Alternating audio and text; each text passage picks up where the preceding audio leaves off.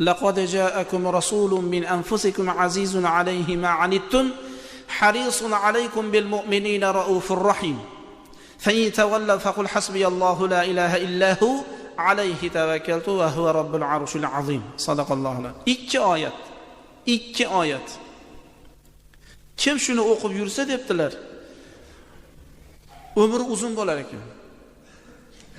Hayoti barakali bo'lar ekan. Qarzi bo'lsa najot berar ekan. Xor bo'lsa aziz bo'lar ekan.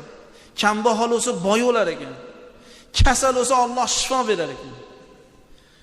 Hammasi bizda bor. Hammamizga kerakli. Bir odam debdilar, yoshi 70 yoshida shuni eshitib qolibdi, shuni savobini. Mana shu savobini 70 yoshga kirganda o'qish kerak deb o'qirar ekan har kun. Yoshi 120 ga kirdi. 120 ga kirdi. Bir kun uxlab qopdilar, tushlarda payg'ambarimiz sollallohu alayhi vasallam kirib, "Ey falonchi, sen qachongacha bizdan qochib yurasan? Keyin" debdilar. O'ylabdilarki, uyg'onsa tush ekan, payg'ambarimiz sollallohu alayhi vasallam bu oyatni to'xtat deyaptilar shekilli, deb bir kun o'qimabdi.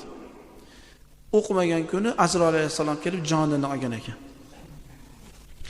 Kitob aytayaptilarki, 50 yil o'qidi mana shu odam. 70 ga kirib 120 ga kirguncha o'qidi. 50 yil Sura-i Tavbadagi 2 oyatni o'qidi. 50 yilning ichida juda ko'p ibodat qildi deyapti.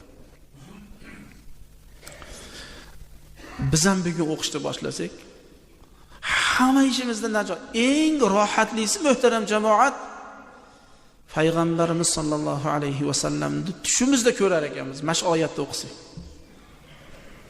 Mana shu ham ilm. 15 ming odam namoz o'qiyapmizmi?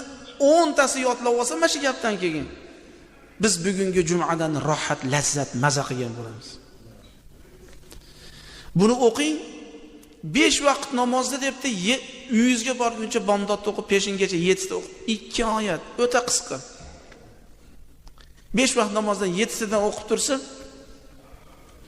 payg'ambarimiz sollallohu alayhi vasallam Muhammad ibn Bakri degan bir zot o'tganlar. Muhammad ibn Bakri payg'ambarimiz sollallohu alayhi vasallamni ko'p tushida ko'rar ekan. Imom Shibli rahmatullohi alayhi bir kuni kelsalar, o'rnlaridan turib ta'zim qilib hurmat qildilar. Muhammad ibn Bakri rahmatullohi alayhi. Hurmat qiluvdilar. Chunki payg'ambarimiz sollallohu alayhi vasallam u kishi aytgan ekanlar-da, "Ey Muhammad ibn Bakri, seni huzuringga ertaga jannat